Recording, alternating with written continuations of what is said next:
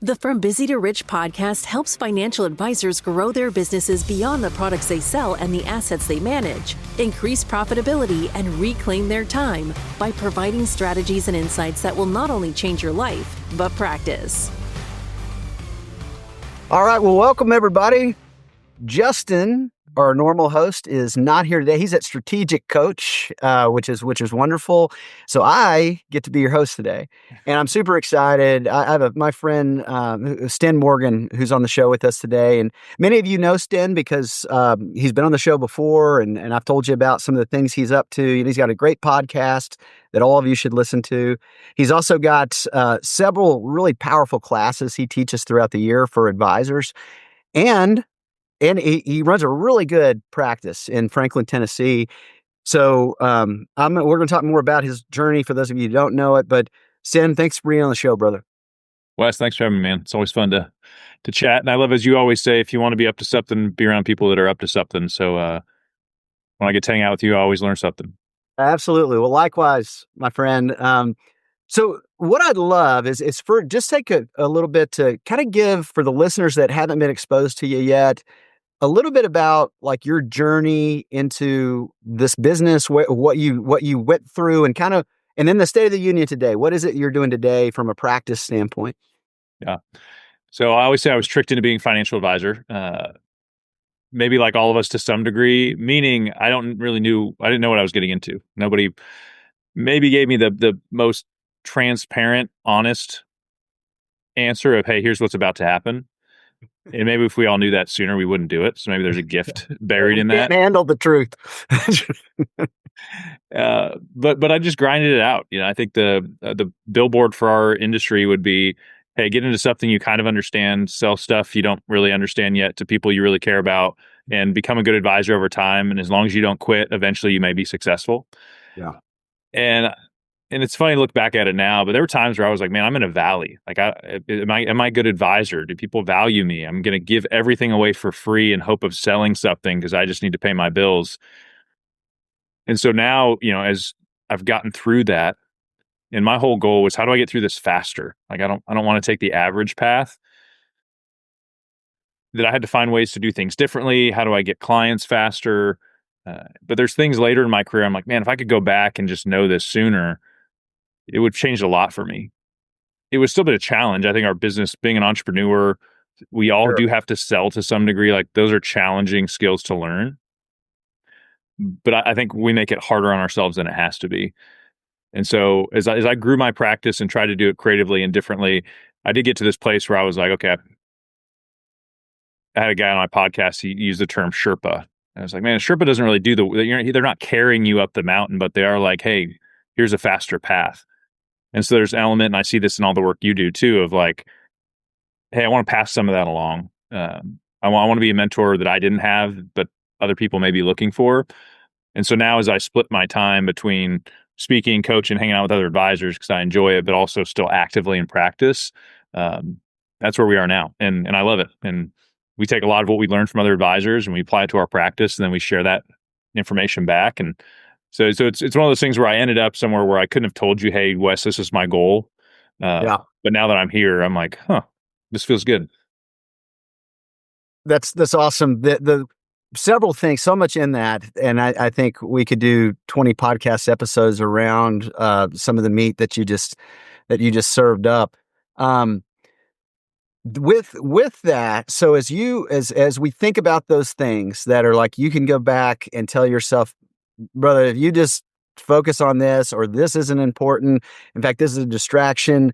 What are some of those just cornerstone like lessons that you would impart to your past self and you try and carry with you today to continue to move into the future you've not yet created?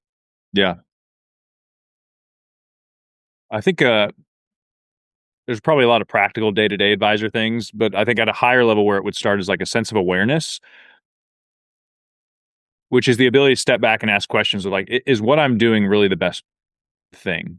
And I think I listen to a lot of podcasts about a lot of things, and I think there is this theme now of a lot of us stepping back, whether it's like politics or healthcare, and we're just saying, is the first thing I'm receiving from whatever source the full truth? And I've had to learn a little bit of, I'm a really optimistic person, thankful to be on, this planet. It's a miracle we are all here. Yet a little bit of skepticism on like, hey, what's going on? Like, I'm part of a system. We're all part of some kind of system. Is that system built to serve me? And when I looked at our industry and I'm like, okay, we have 80% of advisors to make it past 5 years. This is such a grind. We don't have enough young talent coming into the business. Yet somewhere along the line, there's a bunch of money still being made. Yeah. Advisor, I had to say, okay, the firms are making money still, but it's a bloodbath for us. And only the few survive. And it's not a us versus them per se. It's just like, okay, they have maybe different motivations than we do. So I had to stop just getting pulled into the current of average of what the industry says. Take 200 names, call those people that know and love you and sell them something, and then eventually learn what it means to be a financial advisor. And I was like, I'm going to start rejecting that stuff. Like if doing those things gives me the average growth path, which is, hey, 15, 20 years from now, you'll pay your bills and you'll eventually be just a comfortable advisor. I had to start increasing my level of awareness of like, is there a different path? Maybe doing something different than everybody else actually gives me the results I want. And so at a high level, I think sometimes that's also managing to your tendencies. I had a guest on my podcast. Don't try to change who you are, but be really aware of who you are. So if you're an ideas person, know that. Like, don't become like, don't shame yourself or have guilt that you're not a process person. And all of a sudden you are the person designing process. You may have to for a little bit, but like live in your superpower. And if that's speaking, coaching, how within your business can you optimize that and then try to give away everything else? And I think as a young advisor, I was trying to become things I wasn't naturally talented at. Yeah. And I wish I would have had permission early on to be like, okay, full awareness of self, full awareness of my surroundings, and then I can make better choices.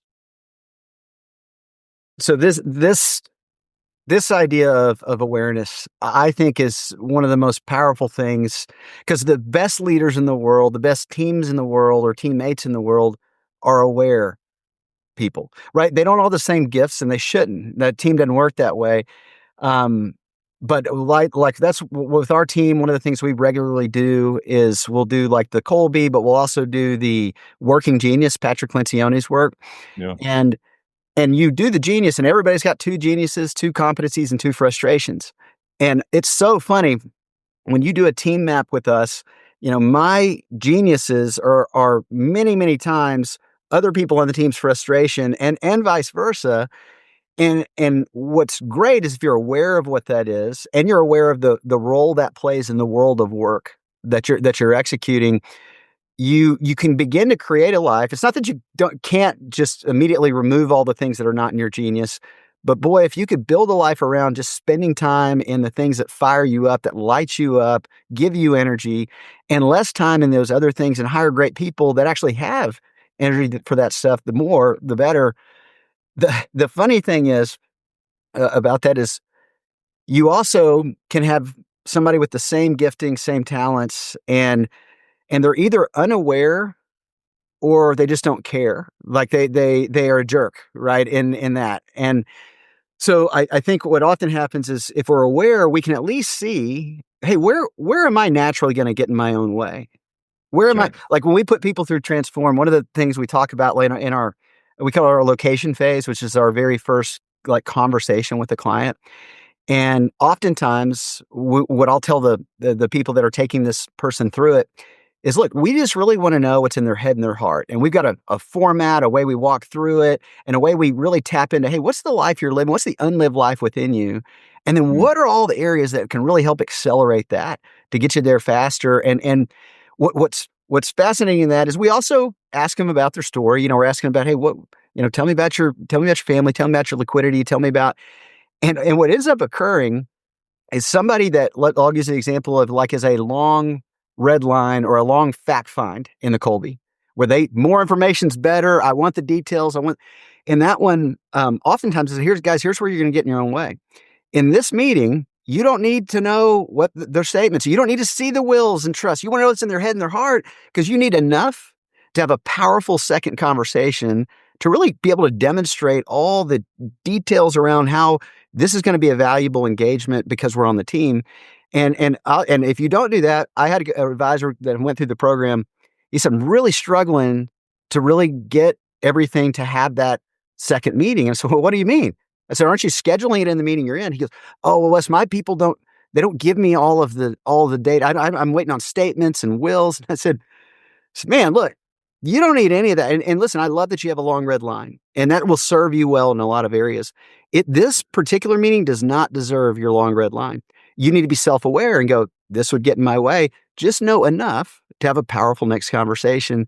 So thoughts on that? No, good word. Yeah, I think I think back to my story, and I had resistance to awareness because somehow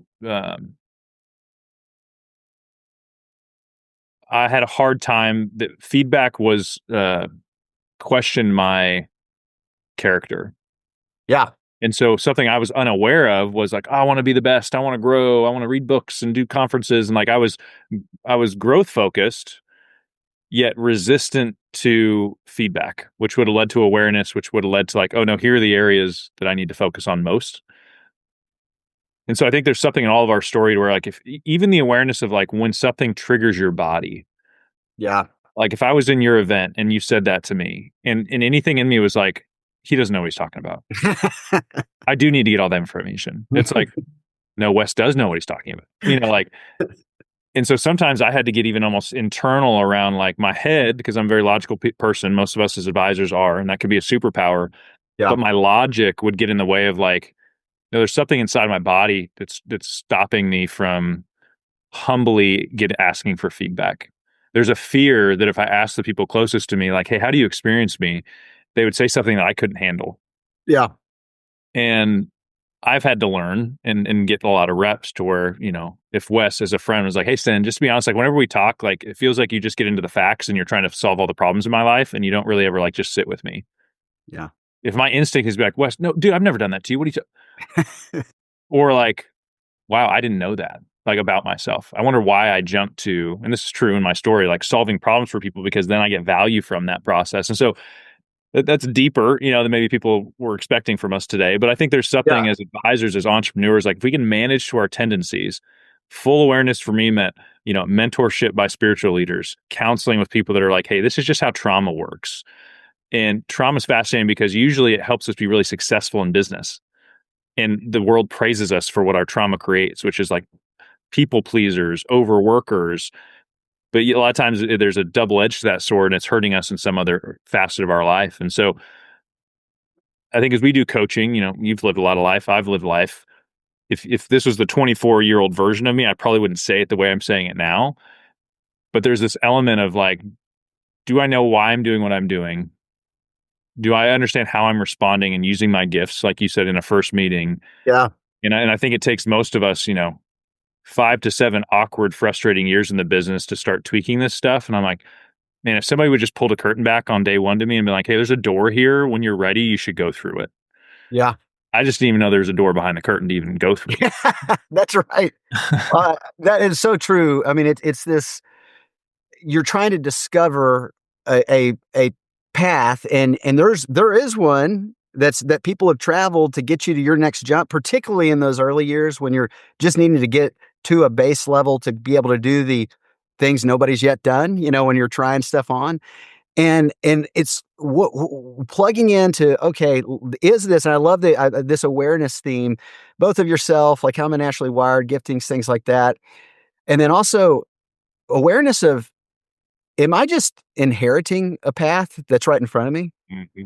Or am I trying to put myself in a situation where I get to design a path based on what all the paths are that are available? And that's what I love about like the class you teach and the events you have is you get to be in a room with people that have done it a lot of different ways, right? They're coming up and they've traveled these different paths, different backgrounds. And some of which has been inherited from them. And they're doing it because that's the way they've always done it. It's what they've seen modeled. And so for some of them, and you've seen this, I've been in the room where people are like, that's a way, you can do that and the light bulb goes on, or in some cases, it's like the terror shows up on their face of like, but I could never do that. And here's all the reasons why. Um, but I agree with you. I think that awareness is such a critical deal. I've got this thing we're doing right now that I think is going to be immensely powerful. And I'd love to have you just kind of talk about this with me. So, when we hire people in our organization, we usually are trying to bring in, depending on the role, like somebody that is already they've got some wins under their Mm. belt, and it doesn't mean they have to have done everything, and they'll have to know our systems and processes. But people that they've done stuff, they can tell you what they've done, and I don't care about their resume necessarily. I care more about walk me through where you created value in this organization and where you were before.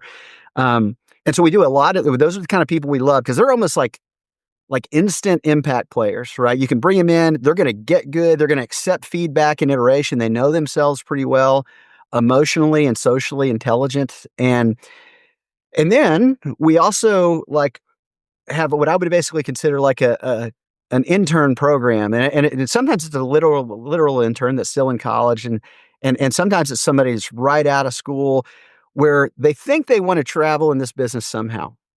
And the challenge often is that they don't really have a lot of the necessary skills or abilities that to do the role necessary they can first occupy.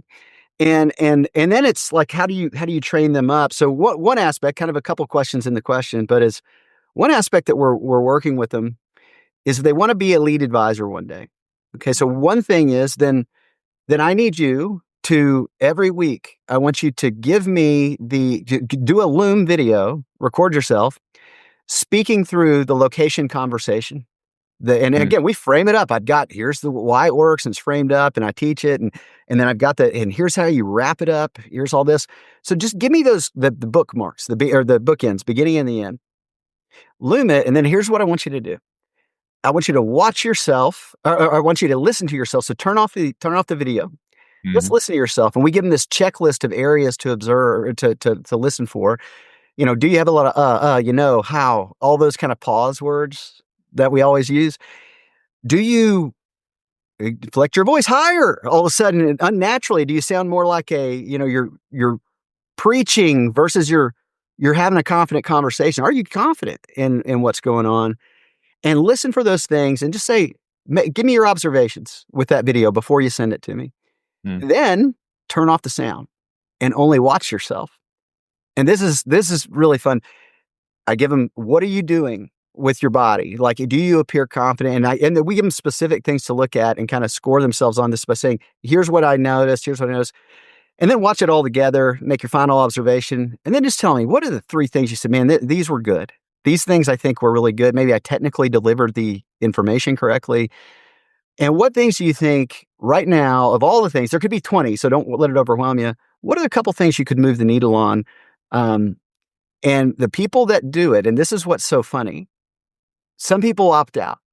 They won't do that work. They're like, well, we even have in the program sometimes, I make this offer to every student in there. I say, hey, look, we've gone through this. Here's what I'd love you to do. Record yourself, go through the same exact conversation with them.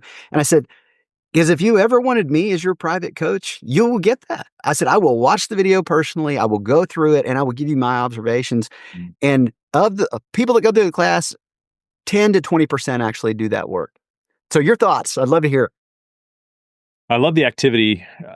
I love when you can give somebody something that by completing it, a lot of other things were required. I think as advisors, if anybody listening has a team, it's one thing for me to be like, oh, I'm just going to have this intern or this junior advisor pull data for me off a website. It's like, okay, that's a task and they need to do it, but there's not a lot involved in that. Like they're not having to dig deep into something. But when you say the ultimate goal, and I'll do this with some of the advisors I work with, junior advisors, I'll say, hey, your goal is to get me in a room and whiteboard these concepts and strategies to me as if I was a client. Yeah. Well, to do that, you need to practice and probably film yourself. And you actually have to know what you're talking about. Like there's a lot required to get that simple outcome. Yeah. And I do think we even have that as part of our hiring process. We use Spark Hire. So it'll send a link and the person gets these question prompts, and on video, they have to answer the question live. And they get like 2 or 3 tries on it. But if somebody's not willing to do that step of the interview, like you're not going to get to a live call with me or April on my team. And so when we added that step, it filtered things so much better for us that we had, when we put up a junior advisor role earlier this year, we had like 162 applicants. And our passive system, meaning we didn't have to touch it at all or talk to these people, filtered it down to 7. Wow. Which led to 2 calls and interviews. And I was like, well, I had head trash around like hiring's a pain. I'm not good at it. Well, I built this framework in the system and I put some things in there that required something of them. Yeah.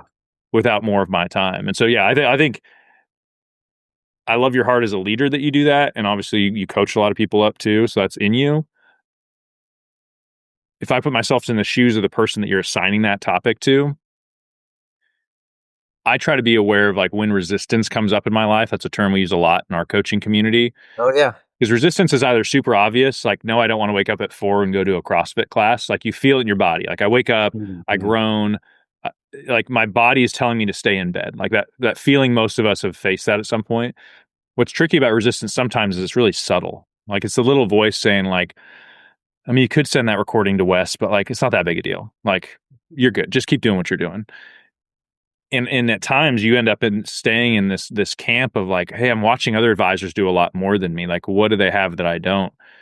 And it's not that you're not capable of it. It's like you're just losing the resistance battle more often than Wes is. Yeah. You're losing it a little more often than Sten is. And so how do you tap into this awareness of resistance and then like winning that fight as much as you can? And so I've kind of rewired my mind to say I'm going to be super aware. And this is just my personality. I kind of make it like it's a battle. Like Sure. God put me on this planet. It's like I'm armoring up. And when I go out my day, like I'm going to get after it. And resistance is my enemy. Like that is the main thing standing between me and like my full potential. And I think most advisors are in this battle they don't even know they're in. They're just losing all the time. And so it's like, no, just know there's something standing in the way of you and your potential, that success is not a passive self-fulfilling outcome. Like it requires you to lean into it. And those that are the most successful are the most aware of the fight they're in, the arena that they're in every day. And then they're winning more often than other people are. Man, I love this because one of the heartbeats, and you and I have had deep discussions around all this before, of if I could give a gift to anyone that was going to radically alter the outcomes they're capable of creating and the joy and fulfillment and the success they have in their life, it is this whole idea of normalizing new. And so, everybody is normal. We have a current way that we go about making progress. And for the most part, it's become somewhat autopilot. You've got the synaptic connections your brain has created. You run that path, and it's what you do over and over again. And then we can have a new is a future or transformed way of doing a lot of that stuff, or not doing some of that stuff anymore. And our greatest opportunity to recognize our future possibilities isn't necessarily about totally abandoning all the normal, but it's also not about rejecting new. It's about keeping the tension between the two. Yeah. And when I think about how this has made my life better and manifested, one is awareness of that, right? And what is the gravitational pull of most advisors, of most people, of most companies, especially maybe even the further down the road they get, the more success they have, is to defend their normal, defend the way they've always done it. Sure. And I mean, if you think about this, I work with this concierge doctor. He's actually going to be on the show here, John Lemansky. And one of the things we were kind of laughing about is like health is one of those things that most people, it's a battle throughout their life, right? It's like, okay, I know what I need to do, and maybe you can tweak it and do it new things and better, but you kind of know I need to exercise and I need to watch how I eat, right? And then you can throw in some other things. But here's where I go with it is, I remember when I started getting up at 4:30 to go to Orange Theory by 5, and which has been my routine for a long, long time now. And so when you're first doing that and that alarm goes off and it's 4:30, the resistance, you talk about being aware that it is the resistance. It is a voice that sounds like mine in my head, but it's a liar. And it's going, you'd be better. You need to sleep a little bit more. You worked hard yesterday, and today really won't make any difference. It's that negotiator. And we are so good at deceiving ourselves into paths that we know aren't honestly the best outcome. Mm. And the tricky part is, and I'd love to get your thinking around this is, but I just, at first I would say it was like willpower that kept getting me out. Like, no, I'm going to do this. I'm going to do this. I'm going to do this. And then something somewhere along the way, after enough reps with it, when I'd done it and not given in to the negotiator within me, that resistance, it went from no, okay, no, I need to do this. I need to do this too. I get to do this. I get to Mm. do this, and that voice quit talking to me about that one thing. Yeah. And same thing with, I know you do ice bath, right? And this is one thing that I'm a new guy with ice bath for about the last 3.5 months. And so I do, after work 3, I go to sauna and then I go to ice bath. And by the way, for all you podcast listeners, if you know how you know if somebody does ice bath, They because they talk tell you they're doing ice bath. Yes. And but he's like, okay, man, you got to do this. And I'm like, I call him John. That was absolutely awful. No, that was so bad. And I would dread it. And I'd be going, I have to do this. I have to do this. I have to do this. And then he said, Wes, I promise you, if you just trust me and you do what I tell you, and you do it I do it 5 days a week right now, and have it will go from I have to do this to I get to do this. And in fact, you'll almost crave doing it. And Yeah. then he's true. It's like that one thing, once you've stepped over that resistance or pushed through it, it just shuts up. And then it's not, this is who I am. This is what I do. So your thoughts on all that? How do you think there's an element of like shame and guilt is what I had to reframe it for myself. Like if it was purely my willpower, if I didn't do it, it meant there's something wrong with me. And that could be motivating. It was for me when I was like, Sten, don't be a wuss. Like shame can be a motivator for sure. Like whether it's externally or even internally, it can be a big motivator. I did have to reframe it to make it healthier, to where for me, for all the people I want to care for my full potential, the reason I feel like the Lord has put me on this earth. The good news now, I don't feel like the Lord needs me to fulfill his plan. I think at one point I felt like I was that important. Yeah. Huge weight off when I was like, hey, I could drop every ball and I think we're still Good news. okay. Good news. But still the Lord put something in me that's like, man, but there's a warrior inside of me. Yes. Yeah. I love the quote where it's like, I'd rather be a warrior in a garden than a gardener in a war. Like Mhm. I want to be ready. Like I don't want to look back. I want to have great stories to tell. And hey, the good news is because of my faith, like even if I don't do everything I need to, it's still okay. So I had to kind of quiet the shame inside of myself. And the fear was I'd lose the edge. Like the fire would go away if I became soft or. Mhm. But once I reframed it to where it's like, no, there's this thing that's trying to stop me from being what I want to be, which allows me to lead my family better by example. Like the stakes are higher than I think. And I do think that it still requires a lot of energy to hold to what you're doing now. Because Yes. even if you don't get out of bed to go to work out, like now you're dealing with this weight the rest of the day of That's I great. should have, I could have, I'm not bringing my best self. And so I don't think it's the easy path or the hard path. I think that's an easy way to distill it down. It's like I think both are challenging. They're just in different ways. And so as you do more challenging things, and so for everybody listening, step one is probably you reframing it. Like if you don't accomplish a goal, it doesn't mean you're a bad person. Encourage yourself, challenge yourself. But there are things in our body. There are wires and stuff acting against you and forces that want you to not succeed. And you're never going to win every time. But as you win, I do think this momentum builds and you do become something different. Where now I think my body handles cold totally differently. I'll walk outside in shorts and sandals and people look at me weird. It's like, oh, now I have a tolerance now to hard things. Yeah. But it was a muscle I had to build. And so I think it will get less hard or challenging. But part of it too, and I know this is the way you live, is like, but I'm also not running from stuff. Like I think a measure of success is that I keep learning new things and keep challenging myself. That a younger version of me as an advisor was like, no, the goal is to get comfortable. The goal is to make enough money to where I can just hang out. And fortunately within me, it was like, man, I don't think that's what I want. And so like what I love about the event we put on, How to Charge, is even introducing the idea to an advisor that you can get paid for your time and ideas and sell a financial plan. What I've seen that create in somebody's body and mind, like it forces you to face a lot of stuff. Like, wait, Sten, are you telling me I've been doing it wrong? Wait, I don't think I'm worth anything. I don't even know how to deliver a financial plan. And so I've seen advisors come to our 2-day event and leave like shook. And even if they don't become a full-on financial planner, like even if they mostly manage assets or sell insurance still, when you can bring an outside influence in that kind of shakes you to the core, Yeah. you're better for it no matter what you do next. So good, man.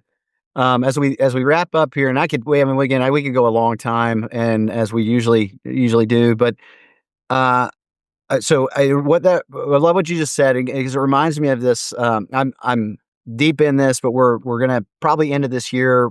Our book, Beautiful Savage, is coming out.